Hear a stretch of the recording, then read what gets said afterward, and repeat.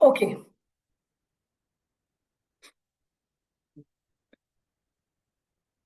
this is my topic from kitchen to laundry, the science of daily cleaning agents. Okay, good morning, everyone. I welcome you in today's class. That is your vocational course for semester 4, exploring household chemicals and detergents. My screen is visible, bacho? Yes, ma'am. All right. So, what all we are going to study in this class? We will have a brief introduction about the household chemicals and daily cleaning agents, history of household industry, what is the basic theory behind household chemicals, raw materials which are required for household chemicals, different types of cleaning agent, and technology of soap, cleansing action of soap, manufacturing processes, and detergents and surfactants.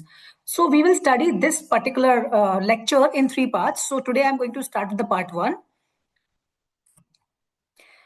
Okay, तो बच्चों आप सभी को पता है कि cleaning agents क्या होते हैं।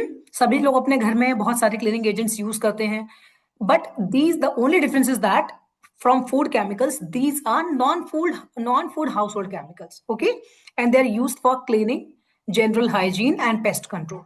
तो जो क्लीनिंग एजेंट्स हैं वो हम घर में क्लेanलीनेस मेंटेन करने के लिए, हाइजीन मेंटेन करने के लिए यूज करते हैं, जो कि non food household chemicals होते हैं। ओके, तो इसमें क्या क्या चीज इंक्लूड हो सकती हैं जो कि हम हाउस होल्ड केमिकल जिनको बोलते हैं, जैसे कि आप सभी को पता है, फॉर एग्जाम्पल सोप है, detergent, disinfectants, cosmetic products, dyes, bleaches, है ना। इन सभी चीजों को हम क्या करते हैं क्लीनिंग के लिए और हाउस होल्ड मतलब वेल मेंटेनेंस के लिए हम यूज करते हैं। ठीक है, इसमें ये सारी चीजें हम किचन के पर्पज से खाने के लिए यूज नहीं करते हैं, but these are only for the well maintenance of the house and these are known as household chemicals. Okay, इन सबसे क्या होता है, they maintain hygiene and comfort at home. अगर हम इन सारी चीजों को यूज करते हैं, जैसे कि सोप्स हैं, डिटर्जेंट्स हैं, डाइज हैं, ब्लीचेस हैं ना, तो घर की साफ सफाई है, जिससे कि हमारी लाइफ क्या होती है, हाइजीनिक हो जाती है, कंफर्टेबल हो जाती है। ठीक है, लेकिन इन सब चीजों को जितना हम यूज करते हैं, जो कि हमारे लिए एक कंफर्ट जोन में हमें लेकर जाते हैं, बट अपार्ट फ्रॉम दैट अगर हम इनका ओवर यूज करेंगे या हम इनका डिस्पोजल प्रॉपर तरीके से नहीं करेंगे, तो उससे क्या हो सकता है, that can cause severe health risk and environmental pollution.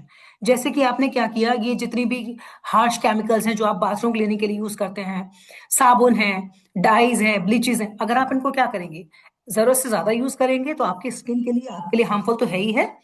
और अगर आपने इसको प्रॉपर तरीके से डिस्पोज ऑफ नहीं किया, अगर आपने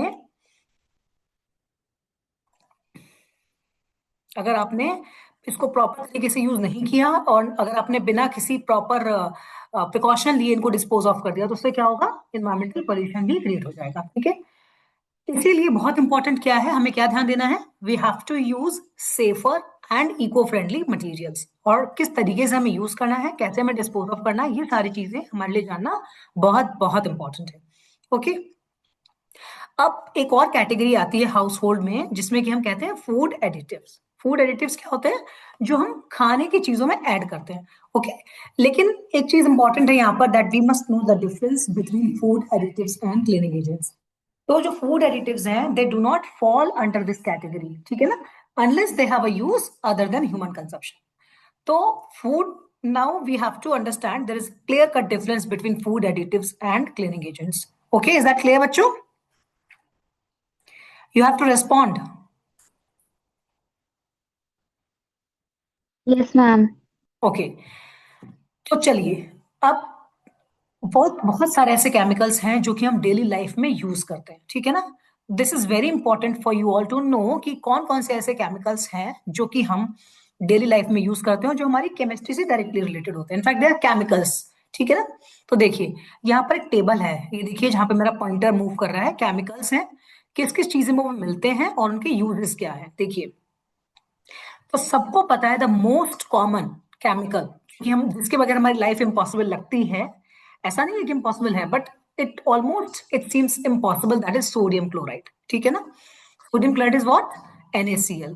इसका कॉमन नाम क्या है, टेबल सॉल्ट, क्योंकि हर घर में, जिसके, मुझे लगता है कि कोई भी ऐसा घर नहीं होगा जहां पर ये सोडियम क्लोराइड का इस्तेमाल डेली नहीं होता हो, है ना, सभी के घर में यूज होता है। It is known as table salt. उसके यूजेस क्या हैं सभी को पता है, फ्लेवरिंग, प्रिजर्वेशन। जैसे कि दो चीजें होती है, एक तो हम फ्लेवर के लिए यूज करते हैं, जैसे कि हमने घर में दाल बनाई, सब्जियां बनाई, कुछ भी हम बनाते हैं, बिना नमक के तो कुछ भी पसंद नहीं आता, किसी को अच्छा नहीं लगता। तो पहली चीज हम ये कह सकते हैं इसका यूज क्या है, फ्लेवरिंग के लिए। और दूसरा, जैसे कि आपके घर में आपकी दादी, नानी और आपकी मम्मी अचार वगैरह बनाती हैं, ठीक है ना, तो आपने देखा होगा उसमें टेबल सॉल्ट को काफी ज्यादा मात्रा में डाला जाता है, that is basically for preservation. ठीक है, तो टेबल सॉल्ट है, इसके दो इंपॉर्टेंट यूजेस हैं, पहला फ्लेवरिंग और दूसरा प्रिजर्वेशन। तो अब दूसरा देखते हैं, दैट इज सोडियम बाइकार्बोनेट और बेकिंग सोडा। सोडियम बाइकार्बोनेट शायद सारे बच्चे नहीं जानते हों, लेकिन बेकिंग सोडा सबके घर में मिलता है। सबके घर में मिलता है कि नहीं मिलता है? जब आपके घर में केक बनाते हैं, छोले आपकी मम्मी कुक करती हैं, है ना, कोई भी ऐसी चीज जैसे कि जो कि फ्लफी हम बनाते हैं, जिसको हमें जल्दी कुकर में डाल के गलाना होता है, तो इन सब चीजों के लिए हम क्या यूज करते हैं, बेकिंग पाउडर और या बेकिंग सोडा। ठीक है ना, इसका नाम ये होता है sodium bicarbonate, this is NaHCO3। ठीक है, इसके अलावा ये तो किचन का यूज हो गया। सोडियम बाइकार्बोनेट का डेली लाइफ में अगर हम क्लेंजिंग पर्पज से यूज करें तो ये एक क्लीनर की तरह यूज किया जाता है। ठीक है ना, तो मेरा कहने का ये मतलब है, कुछ ऐसे केमिकल्स हैं जिनका हम कॉमन यूज कर सकते हैं, वो हम किचन के लिए भी यूज कर सकते हैं और फॉर क्लेanलीनेस के लिए भी यूज कर सकते हैं as a chemicals for daily life. Okay, तो जैसे कि सोडियम बाइकार्बोनेट, तो इसका यूजेस क्या क्या है आप देख सकते हैं, बेकिंग, डिओड्राइजिंग। डिओड्राइजिंग का मतलब किसी चीज की स्मेल को हटाने के लिए यूज किया जाता है, क्लीनिंग के लिए, सफाई के लिए। तो अभी हम आगे आगे की स्लाइड्स में पढ़ेंगे कि जब हम बेकिंग सोडा में हम थोड़ा सा विनेगर मिलाते हैं तो बहुत अच्छी फिजिकल रिएक्शन होती है, उससे हम ग्लास क्लीनर वगैरह के फॉर्म में इसको यूज कर सकते हैं। तो अगला केमिकल है जो कि डेली लाइफ में बहुत ही इंपॉर्टेंट है, दैट इज एसिटिक एसिड। सभी को फॉर्मूला पता होगा, CH3COOH। It is a weak acid and इसका जो कॉमन नाम है दैट इज विनेगर। विनेगर हर घर में मिलता है, शायद ही कोई ऐसा घर हो जहां पर विनेगर नहीं मिलता हो। और अगर हम किचन में यूज करते हैं तो इसको किचन विनेगर कहते हैं ना। तो again, just like sodium bicarbonate, it has to purposes, for cooking and for cleaning. ठीक है, तो कुकिंग के लिए तो हम विनेगर यूज करते ही करते हैं, जैसे कि आपके घर में चाउमीन वगैरह मम्मी आपकी बनाती होंगी, या बहुत सारी चीजें जो कि हम थोड़ा सा सैलेड बनाते हैं जिसमें कि ड्रेसिंग, उसको सैलेड को थोड़ा सा ड्रेसिंग करने के लिए विनेगर ऐड करते हैं। या हम वो बनाते हैं जैसे कि सिरका वगैरह, उसमें विनेगर हमारा पड़ता है, अचार में पड़ता है विनेगर, प्रिजर्वेशन के लिए, है ना, और क्लीनिंग पर्पज से भी यूज किया जाता है। आप देखिए, ग्लास पे विनेगर को हल्का सा 2 ड्रॉप पानी में मिला के आप क्लीन करेंगे तो बहुत अच्छी क्लीनिंग होती है। ओके, तो इसी तरह से ये सारे जो केमिकल्स हैं इन सबका डेली लाइफ में बहुत इंपॉर्टेंट यूज है। अगला है सिट्रिक एसिड। सिट्रिक एसिड जैसे आप सभी को पता है कि किसमें मिलता है, बताइए। सिट्रिक एसिड सिट्रस फ्रूट्स में, जो खट्टे फल होते हैं उनमें मिलता है, जैसे कि नींबू है, संतरा है, मौसम्मी है, इन सब में सिट्रस एसिड, सिट्रिक एसिड होता है। ठीक है ना, और इन सब का कहाँ यूज होता है, फ्लेवरिंग में भी होता है, प्रिजर्वेटिव में भी, क्लीनिंग, मतलब कि मल्टीपल यूजेस हैं इन सभी केमिकल्स के। It is very important to know कि the chemistry of these chemicals, the usage of these chemicals and the sources from where we are getting these chemicals. Okay, तो citric acid is found in citrus fruits and it is used for flavoring, preservative and for cleaning purposes. Next is calcium carbonate, कि चौक भी कहते हैं, पहले खड़िया भी इसका नाम होता था, calcium carbonate, CaCO3। Okay, acids में यूज होता है, चौक होता है जिसकी बोर्ड पे लिखते भी हैं। ठीक है ना, ये क्या करता है, कैल्शियम कार्बोनेट एसिड को न्यूट्रलाइज करता है, एक सप्लीमेंट के फॉर्म में यूज किया जाता है। जैसे कि जब हमारी बॉडी में कैल्शियम की कमी होती है तो कैल्शियम के सॉल्ट यूज किए जाते हैं जिसमें कि कैल्शियम कार्बोनेट होता है। ठीक है ना, तो एक सप्लीमेंट के फॉर्म में यूज किया जाता है as a calcium supplement, calcium supplement. और एसिड को न्यूट्रलाइज करने के लिए किया जाता है इसका यूज। ठीक है ना, नेक्स्ट इज इथेनॉल। इथेनॉल बहुत ही कॉमन नाम है, C2H5OH, और the basic name is alcohol. जब भी हम अल्कोहल की बात करते हैं तो ये अंडरस्टूड है that we are talking about ethanol. Okay, अब ये किन किन चीजों में मिलता है, जैसे कि सॉफ्ट ड्रिंक्स, मतलब जो कि हार्ड ड्रिंक्स होती हैं उसमें इथेनॉल पड़ता है। सैनिटाइजर्स में बहुत इंपॉर्टेंट यूज है। आपने देखा होगा कि कोविड टाइम में हम लोगों ने बहुत सारे सैनिटाइजर्स सभी ने यूज किए हैं, जिसमें कि जो मेजर पोर्शन होता है दैट इज इथेनॉल, अल्कोहल। ठीक है ना, तो इसका मतलब जब जब सैनिटाइजर में इसका यूज हो रहा है तो इसका मतलब क्या हुआ, डेफिनेटली इसका जो यूज होगा that will be as disinfectant, क्योंकि जो सैनिटाइजर हमने यूज किए थे वो किस लिए यूज किए थे, वायरस से इन्फेक्शन को बचाने के लिए, मतलब अपने आप को वायरस के इन्फेक्शन से बचाने के लिए। तो इसका मतलब है कि जो सैनिटाइजर में इथेनॉल यूज होता है तो इसका डेफिनेटली जो पर्पस रहा होगा, पर्पस होता है that is in the form of disinfectant. Okay, इसके अलावा बहुत सारी चीजों में इथेनॉल एक बहुत ही इंपॉर्टेंट सॉल्वेंट के रूप में यूज किया जाता है, ये सभी को पता होना चाहिए। अगला जो है दैट इज ग्लूकोज। ग्लूकोज सभी को पता है मीठा होता है। ग्लूकोज हम C6H12O6 हम सभी के घर में मिलता है। ये किन किन चीजों में मिलता है? मिठाइयों में, फलों में, है ना। बट फॉर्म अलग होती है ग्लूकोज। जैसे कि अगर हम आर्टिफिशियल चीनी की बात करें, वो सुक्रोज होती है, ठीक है ना। सुक्रोज का डिसोसिएशन ब्रेक डाउन होने पर ग्लूकोज फ्रक्टोज मिलता है। और जो शुगर होते हैं उनमें फ्रुक्टोज होती है, उस फॉर्म में होता है। तो बहुत मतलब फ्रुक्टोज जो होती है वो शुगर ऐसी होती है जो कि बॉडी के लिए हार्मफुल नहीं होती है। और इसका यूज क्या होता है? हम ग्लूकोज की, जैसे कि आपने कई बार देखा होगा गर्मियों के दिनों में, जब हमारी बॉडी में थोड़ा सा हमें एग्जॉस्ट हम फील करने लगते हैं या हमें एनर्जी की कमी महसूस होती है, तो हम क्या करते हैं? पानी में ग्लूकोज डालकर पीते हैं, ठीक है ना। तो that means that is a very good source of energy. तो तुरंत ये ब्रेक डाउन करता है और हमें बॉडी में एनर्जी क्रिएट करता है। नेक्स्ट इज सुक्रोज, जिसमें बात करी थी अभी। सुक्रोज शुगर, टेबल शुगर, है ना। सभी के घर में मिलती है। हम डेली कितने चम्मच शुगर खाते हैं हमें सबको नहीं पता, but we have to be very careful. Sugar क्या होती है? ये कहाँ कहाँ मिलती है? अगेन चीनी में तो होती है, चीनी का मतलब ही शुगर है। और मिठाइयों में मिलती है। और इसका जो मेन यूज होता है स्वीटनर के फॉर्म में यूज किया जाता है। तो it also gives energy after break down, but the main purpose is sweetener, ठीक है ना। It is use as a sweetener. अगला एजेंट देखिए, दैट इज अमोनिया। अमोनिया को हम किस तरह से यूज करते हैं? अमोनिया का फॉर्मूला सभी को पता होगा, दैट इज NH3। और एक इसमें मिलता है क्लीनर्स में। सफाई के जो केमिकल्स यूज किए जाते हैं उसमें अमोनिया बहुत बड़ा कंपोनेंट होता है, ठीक है ना। और इसका जो यूज होता है वो क्या होता है? Grease removal and stain removal. जैसे कि क्या होता है, कुछ चीजों में दाग लग जाते हैं या फिर चिकनाई को हटाने के लिए अमोनिया को यूज किया जाता है, अमोनिया का सोल्यूशन यूज किया जाता है, ठीक है। तो मल्टीपल यूजेस हैं इन सभी केमिकल्स के। तो that is why I have written here the common chemicals in daily life. तो डेली लाइफ में हमारे किचन में भी यूज हो सकते हैं और साफ सफाई में भी यूज हो सकते हैं। Next is hydrogen peroxide. Hydrogen peroxide जो होता है that is used, that is found in antiseptic things and bleaches. Bleach जो होती है ना, ब्लीच जैसे कि जो किसी चीज में अगर हम ब्लीच मिलाते हैं तो कलर उड़ जाता है उसका, है ना। उसको रिमूव, कलर स्टेन रिमूव करने के लिए ब्लीच यूज की जाती है। तो उसमें जो होता है हाइड्रोजन पेरोक्साइड यूज होता है। और उसके अलावा एक बहुत ही इंपॉर्टेंट यूज है जो मेडिकल यूज है इसका, दैट इज एंटीसेप्टिक। जैसे कि बहुत बार आपने देखा होगा कि डॉक्टर्स भी बताते हैं कि आप लिक्विड हाइड्रोजन, बहुत डाइल्यूटेड हाइड्रोजन पेरोक्साइड का सोल्यूशन से आप कुल्ला करिए। जैसे कि जो हम लोग माउथ फ्रेशनर या फिर हम माउथ वॉश जो होता है ना हमारे पास, उसको हम थोड़ा सा लेकर कुल्ला करते हैं। तो दैट इज, अगर हमको बहुत सस्ता और बहुत ही नेचुरल, बहुत अच्छा हमें अगर यूज करना है तो हाइड्रोजन पेरोक्साइड भी आप यूज कर सकते हैं। उसका लिक्विड बहुत ही डाइल्यूटेड फॉर्म में यूज किया जाता है। तो इसका जो यूज होता है, क्योंकि फिर वही चीज है, क्योंकि हम इसको मतलब डिसइंफेक्टेंट के फॉर्म में यूज कर रहे हैं, तभी हम इसको दांतों से इन्फेक्शन हटाने के लिए, कम करने के लिए यूज करते हैं, बैक्टीरियल इन्फेक्शन वगैरह के लिए। तो या जैसे कि हमारे दांतों में मतलब कोई प्रॉब्लम होगी, दर्द है या फिर कुछ इन्फेक्शन है, तो उसके लिए हम इसका सोल्यूशन को कुल्ले करने के लिए यूज किया कर सकते हैं। And again the important use is bleaching.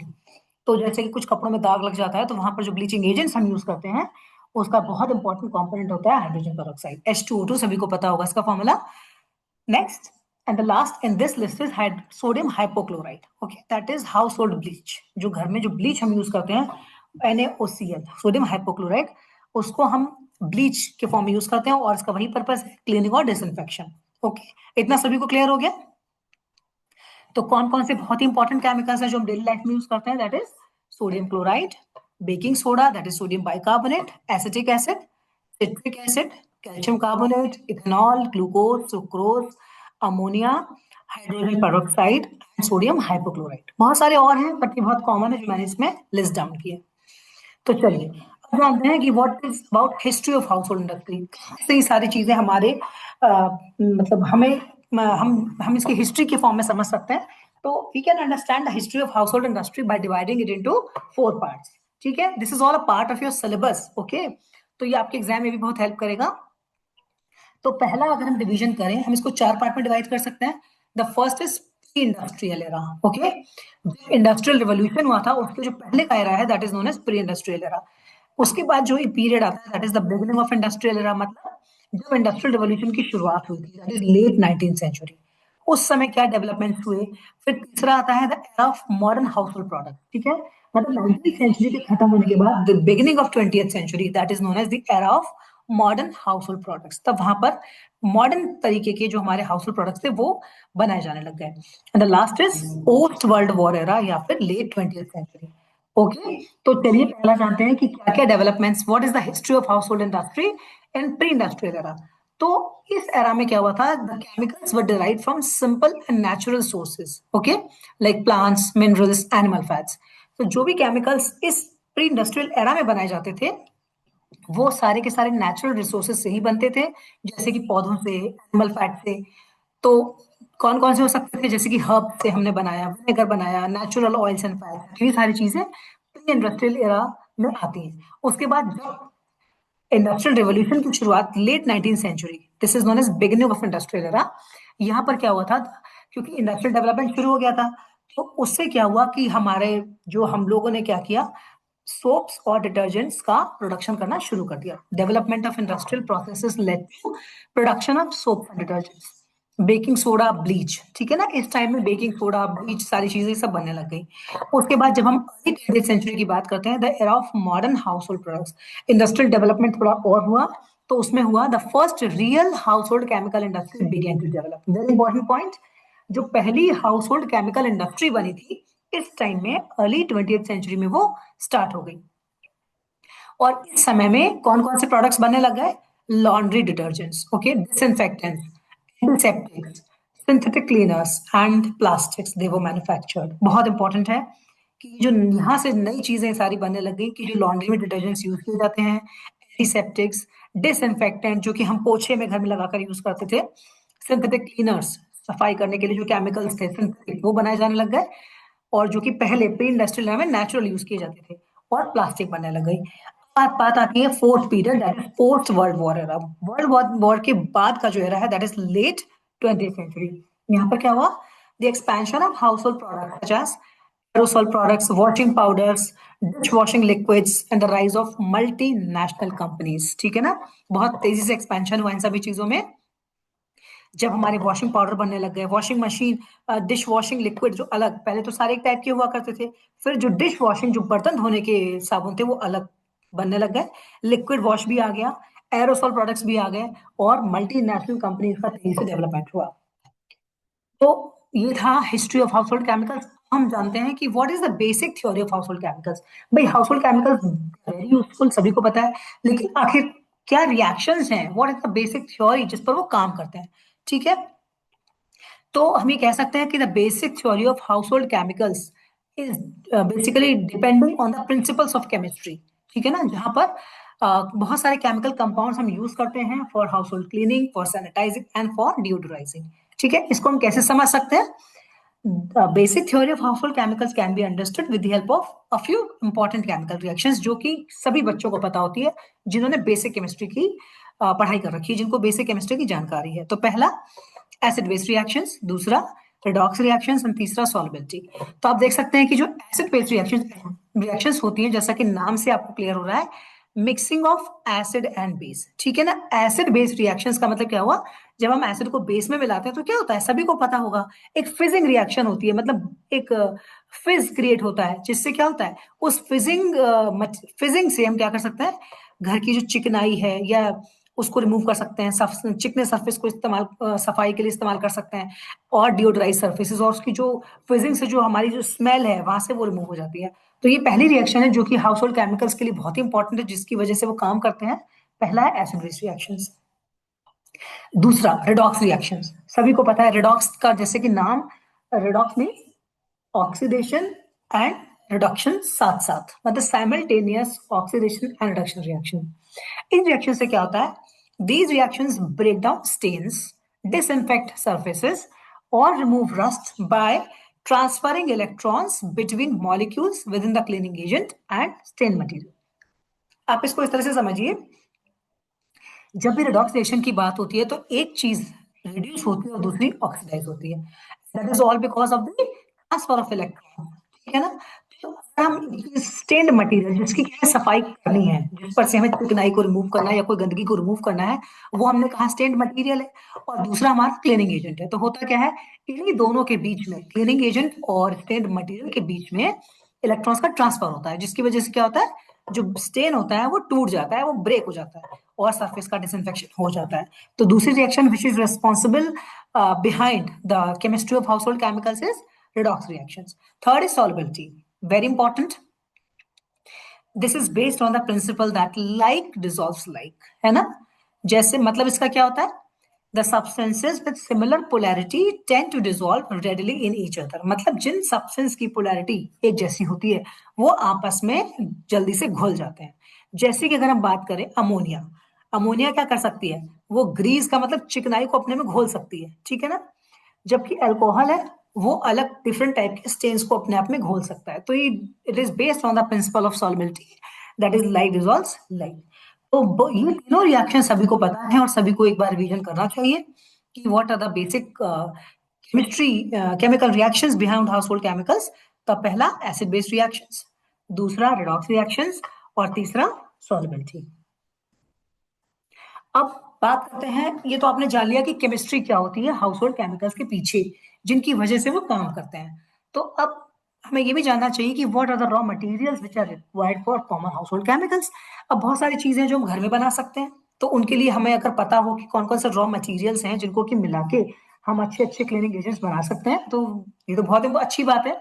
तो पहला अगर हम बात करें कि जो बेसिक रॉ मटेरियल्स हैं जो कि हाउसहोल्ड केमिकल्स बनाने के लिए हमें चाहिए, पहला एसिड्स, ठीक है ना।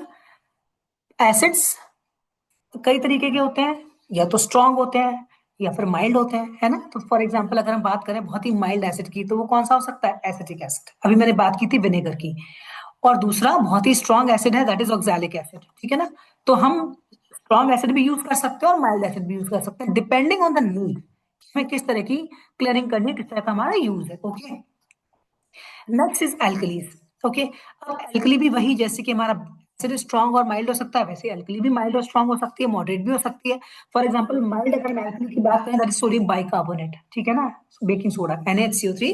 मॉडरेट अमोनिया हो सकती है, एंड स्ट्रांग इज NaOH। सभी को पता है, सारे के सारे बच्चे केमिस्ट्री की जिनको बेसिक केमिस्ट्री आती है, they all know that NaOH is a very strong base, NaHCO3 that is sodium bicarbonate is a mild base, and ammonia it is a moderate base.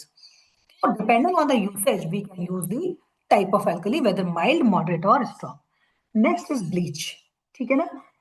Next surfactant, surfactants को हम detergents भी कहते हैं, ठीक है ना। ये चीज हम नेक्स्ट पार्ट में पढ़ेंगे, पार्ट 2 में। तो जो रॉ मटेरियल है वो एसिड्स हो गए, बेसिस हो गए, ब्लीचेस हो गए, सर्फेक्टेंट्स हो गए। एब्रेसिव्स, एब्रेसिव्स का मतलब जो रफ सरफेस को रगड़ने के लिए यूज किया जाता है, जैसे कि जूना हमारे घर में सबने देखा होगा, वो एब्रेसिव कहलाता है। Sanitisers, okay, for disinfecting purposes. Fragrances, मतलब खुशबू लाने के लिए। अब तो बहुत सारे ऐसे, मतलब मुझे लगता है कि सारे डिफरेंट टाइप्स के हाउस होल्ड केमिकल्स आते हैं जिसमें कि बहुत अच्छी अच्छी फ्रेग्रेंसेस भी आने लग गई है। तो हमारे पास इतनी चीजें अगर रॉ मटेरियल के फॉर्म में है, तो हम डिफरेंट टाइप्स के हाउस होल्ड केमिकल्स को बना सकते हैं। अब बात करते हैं कि क्लीनिंग एजेंट्स होते क्या हैं, ठीक है ना। देखिए, क्लीनिंग एजेंट सभी को पता है कि सफाई के लिए यूज किए जाते हैं, बट इनके टाइप्स, जो मेनली जो इनके टाइप्स हैं, दे आर, पहला तो सिंथेटिक और दूसरा नेचुरल, ठीक है ना। तो जैसे कि आप सभी को पता है कि नेचुरल जो क्लीनिंग एजेंट्स होते हैं वो ऑब्वियस सी बात है वो हार्मफुल नहीं होंगे एनवायरमेंट के लिए। जैसे कि कौन कौन से, पहले मैं बात करूंगी नेचुरल की। देखिए, विनेगर है, विनेगर का मतलब एसिटिक एसिड है, बेकिंग सोडा है, हाइड्रोजन पेरोक्साइड है, कास्टाइल सोप, लेमन जूस, नींबू का रस, एंड एसेंशियल ऑयल्स। तो ये सारे के सारे नेचुरल क्लीनिंग एजेंट्स होते हैं। और अगर हम सिंथेटिक की बात करें, सिंथेटिक का मतलब जो हम बनाते हैं, लेबोरेटरी में सिंथेसाइज किए जाते हैं, या जो कमर्शियल स्केल पे सिंथेसाइज किए जाते हैं, they are called synthetic cleaning agents. तो इसमें कौन कौन से आ सकते हैं, detergents, degreasers, abrasives, acids and disinfectants. सारी की सारी कैटेगरी लगभग आपको हर घर में मिल जाएगी, क्योंकि सब घरों में आजकल इन सभी को बहुत अच्छे से इस्तेमाल किया जाता है for maintaining house hold cleanliness and hygiene. अब जैसे कि हमने बात की थी सिंथेटिक क्लीनिंग एजेंट्स की और नेचुरल क्लीनिंग एजेंट्स की, तो जब हमें इनका यूज पता है, तो हमें ये भी पता होना चाहिए कि what are the pros and cons of using synthetic household chemicals, cleaning agents and natural. तो हमें ये चीज पता होनी चाहिए। तो ये देखते हैं, पहला हम डिस्कस करेंगे what are the pros of natural cleaning agents and what are the pros of chemical cleaning products. तो इन सबके क्या फायदे हैं। देखिए, किसी भी चीज के दो एस्पेक्ट होते हैं, अगर उसका फायदे होते हैं तो हमारे नुकसान भी होते हैं। तो अगर हम नेचुरल क्लीनिंग एजेंट्स की बात करें, तो सभी को पता है कि जो चीजें नेचुरल होती हैं वो हमारे लिए बेनिफिशियल ज्यादा होती है और हार्मफुल शायद ही होती है। मतलब अगर उनके हार्मफुल इफेक्ट्स होते भी हैं तो बहुत ही कम होते हैं।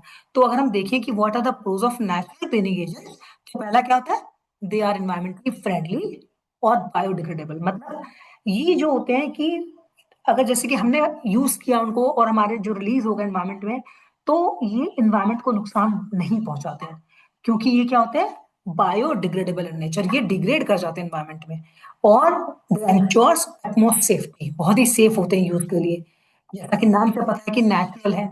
दूसरा, जो केमिकल क्लीनिंग एजेंट्स होते हैं इनके क्या फायदे होते हैं, ये काफी इफेक्टिव तो होते हैं, काफी इफेक्टिव होते हैं और बहुत अच्छे से स्टेन्स और इन सब चीजों को हटाते हैं, टाइम और एनर्जी को बचाते हैं, इनकी मतलब यूटिलिटी काफी ज्यादा है और इनका यूज भी बड़ा आसान होता है, सस्ते भी मिल जाते हैं, टाइम भी बचता है, एनर्जी भी हमारी कम वेस्ट होती है इस्तेमाल करने में। लेकिन अगर हम इनके नेगेटिव एस्पेक्ट की बात करें, what are the cons of natural, पहले हम बात करेंगे नेचुरल क्लीनिंग एजेंट्स की क्या क्या कमियां हो सकती हैं।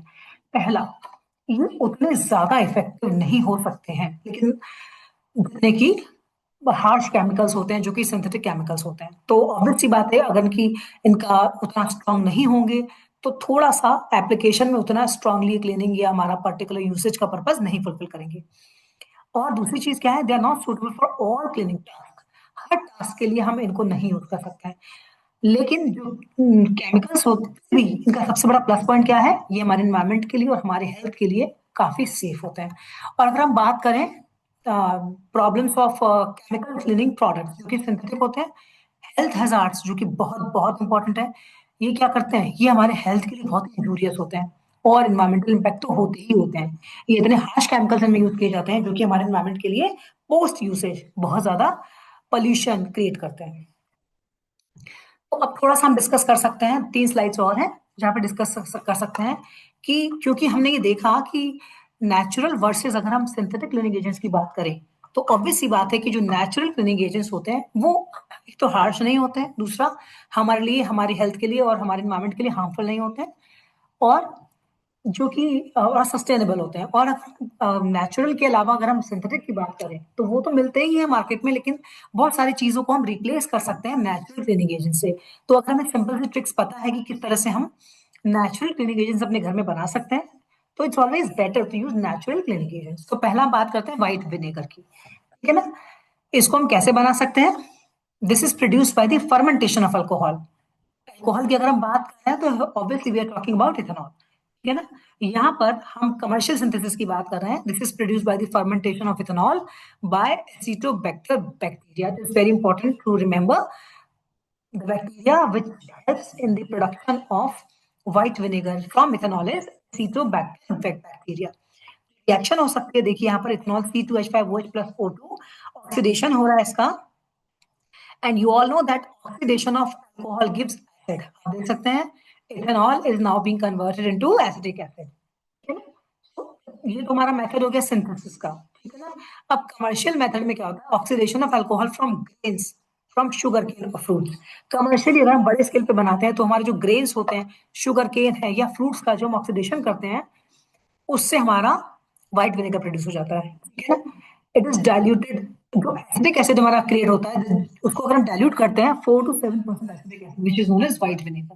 तो देखिए मतलब 4 to 7% एसिड, एसिड का मतलब क्या होता है, अगर हम 4 ml या 7 ml एसिडिक एसिड ले रहे हैं और उसमें उसको कंप्लीट 100 ml पानी मिलाकर कर दे रहे हैं, तो that is known as white vinegar.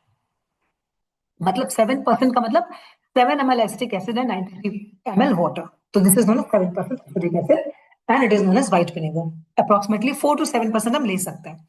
Applications क्या है, कुलिनरी मतलब किचन में फ्लेवर डालने के लिए, नम पिकलिंग के लिए, मतलब अचार में यूज कर सकते हैं, सैलेड ड्रेसिंग्स में। आपने देखा होगा कि आजकल क्या मतलब एक फैशन हो गया है कि सैलेड ड्रेसिंग में, सलाद में थोड़ा सा टेस्ट को चेंज करने के लिए, ड्रेसिंग करने के लिए उसमें एसिटिक एसिड मिलाया जाता है, एंड मैरिनेट्स में यूज किया जाता है, मैरिनेशन में जो बनाते हैं हम लोग। फिर हाउस होल्ड क्लीनिंग के लिए यूज किया जा सकता है व्हाइट विनेगर, जैसे कि मैंने आपको भी बताया था पिछले स्लाइड में। It is a natural disinfectant, deodoriser होता है ये, स्टेन को रिमूव कर सकता है और टॉयलेट क्लीनिंग के लिए भी यूज किया जाता है। फिर health and personal care, it is traditional remedy for sore throat, जो गले में हमारा सूजन आ जाती है ना, स्किन केयर के लिए एंड वेट मैनेजमेंट के लिए भी यूज किया जाता है। एग्रीकल्चर में क्या होता है, it is use as a natural herbicide and pest control. अब दूसरा क्या है, बेकिंग सोडा, ठीक है ना, सोडियम बाइकार्बोनेट। ये क्या होता है, it forms an alkaline solution when dissolved in water, effective in removing grease grime and stains from surfaces. मतलब जब हम इसको पानी में डिसॉल्व करते हैं तो क्या करता है, ये बेसिक सॉल्यूशन बना देता है, और जिसका कि पीएच 8.3 होता है। आप सभी को पता है कि पीएच 7 इज न्यूट्रल, 7 के बिलो एसिड होता है और 7 के ऊपर अगर हम जाते हैं तो बेस हो जाता है। तो 8.3 का मतलब बेसिक सोल्यूशन, ठीक है ना, एल्कलाइन सोल्यूशन बनाता है जब हम उसको पानी में डिसॉल्व करते हैं। It is very effective for removing grease, grime and stains from surfaces, ठीक है ना, चिकनाई हो या कुछ गंदगी हो या फिर सर्फेस से स्टेन्स को रिमूव करने के लिए। इसका लेबोरेटरी मेथड है of preparation, that is solvent method. इसके लिए रॉ मटेरियल्स हम क्या क्या यूज कर सकते हैं? Sodium chloride, table salt, ammonia, water and carbon dioxide. तो इसके लिए बेसिक स्टेप्स क्या है? अमोनिया को हम क्या करते हैं? सबसे पहले हम, brine is basically sodium chloride का सोल्यूशन, ओके। तो जो NaCl का solution is known as brine. तो अमोनिया को क्या करते हैं? ब्राइन सोल्यूशन में डिसॉल्व कर देते हैं। उसके बाद उसमें से हम कार्बन डाइऑक्साइड को पास करते हैं, बबलिंग करते हैं उसमें से। तो अमोनिया ब्राइन सोल्यूशन, तो जो प्रोडक्शन आता है दैट इज सोडियम बाइकार्बोनेट। जब NaCl के हम सोल्यूशन में अमोनिया मिलाते हैं, उसमें CO2 को पास करते हैं, बबलिंग करते हैं, तो सोडियम बाइकार्बोनेट प्रोड्यूस हो जाता है। ये सॉलिड के फॉर्म में प्रेसिपिटेट होता है, उसको हम फिल्टर कर लेते हैं, वॉश करते हैं और ड्राई करके पाउडर फॉर्म में बना लेते हैं, that is known as baking soda. Is that clear? देखिए रिएक्शन नीचे लिखी हुई है, NaCl प्लस अमोनिया। जैसा कि मैंने आपको बताया कि ब्राइन सोल्यूशन में हम सबसे पहले अमोनिया मिलाते हैं, उसमें फिर क्या करते हैं? CO2 को पास करते हैं और पानी मिलाते हैं। उसके बाद क्या करते हैं? ये रिएक्शन होती है, solid sodium bicarbonate precipitate out हो जाता है, जिसको कि हम ड्राई करके, वॉश करके ड्राई करते हैं और पाउडर फॉर्म में ले लेते हैं, दैट इज बेकिंग सोडा, ठीक है ना। इसका इको फ्रेंडली नोट पर हम बात करें, it is safe, biodegradable, this is widely used as a natural cleaning agent for kitchen. Kitchen में हम इसको यूज करते हैं, जैसे कि अगर आपका अनक्लॉग ड्रेन, जैसे कि अगर आपको ना ड्रेन में आपकी ब्लॉकेज आ रहा है, तो वहां पर डाल के इसको छोड़ देते हैं, बाद में गर्म पानी डालेंगे तो काफी क्लीनिंग हो जाती है। Cleaning and disinfecting of sink, bathrooms, वही सेम चीज फॉर लॉन्ड्री पर्पसेस, बहुत यूजफुल होता है। And the next is hydrogen peroxide, जिसको हम बोलते हैं natural bleach alternative, okay, H2O2। तो इसकी प्रॉपर्टी मैंने आपको पहले ही बता रखी है कि this is clear colourless liquid, और इसकी बहुत ही स्ट्रॉन्ग ऑक्सीडाइजिंग नेचर होता है। तो ये क्या करता है? Because of oxidising property, it is broken down into water and oxygen and is eco friendly. और जैसे कि आप देख सकते हैं कि H2O2 किस तरह से डिकम्पोज करता है? In water and oxygen, which is catalysed by light, heat और एंजाइम्स, ठीक है ना। ये प्रोसेस लाइट की प्रेजेंस में हो जाती है, हीट की प्रेजेंस में, एंजाइम्स की प्रेजेंस में हो जाती है। अब इसके यूजेस क्या है? वही है, इट इज डिसइंफेक्टेंट, बहुत ही अच्छा डिसइंफेक्टेंट होता है, बैक्टीरिया को किल कर सकता है, वायरस को किल कर सकता है, फंजाई को किल करता है। इसको हम टॉयलेट्स में, बाथ टब को क्लीन करने में, टाइल्स को क्लीन करने में यूज कर सकते हैं। रिमूव स्टेन्स एंड व्हाइटन्स फैब्रिक, कपड़ों पर बहुत अच्छा यूज है इसका। साड़ी में बहुत इंपॉर्टेंट है, बहुत ही सस्ता और बहुत ही अच्छा हमारा क्लीनिंग, नेचुरल क्लीनिंग एजेंट होता है ये।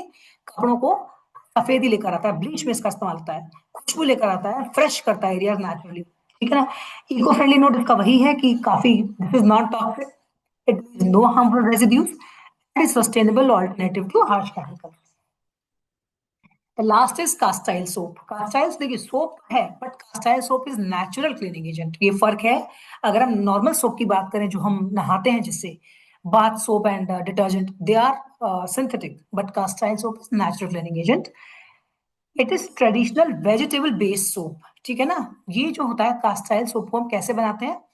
ये वेजिटेबल बेस्ड सोप होता है, जो कि हमारा ऑलिव ऑयल से बनता है। It is 100% natural, biodegradable and this is free from synthetic detergents. बहुत ही अच्छा होता है, नेचुरल सोप होता है, which is known as cast iron soap. और इसके जो क्लीनिंग यूज है मल्टीपर्पज है, जब साबुन है तो उसके मल्टीपर्पज यूज भी होंगे, वॉशर के फॉर्म में, लॉन्ड्री में, हाउस होल्ड सरफेस को यूज करने में, क्लीन करने में यूज होता है, और स्किन पर बहुत ही सॉफ्ट होता है, ठीक है ना। Normally it is use as body wash and shampoo, क्योंकि आप सभी को पता होगा शैम्पू माइल्ड होता है, बॉडी वॉश भी माइल्ड होता है in comparison to normal soap, तो उन सब में इसको यूज किया जाता है।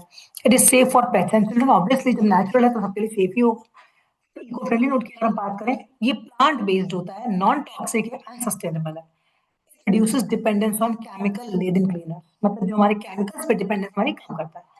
और इसका फैक्ट है, it is named after the Castile region. Very interesting fact है ये. It is named after the Castile region of Spain, where it was first made with olive oil. इसको स्पेन में पहली बार बनाया गया था, और रीजन था जिसका नाम था कास्टाइल, इसीलिए इसका नाम रखा गया कास्टाइल, तो ऊपर ही ऑलिव ऑयल से बना था। So this was all about natural cleaning agent. Thank you so much.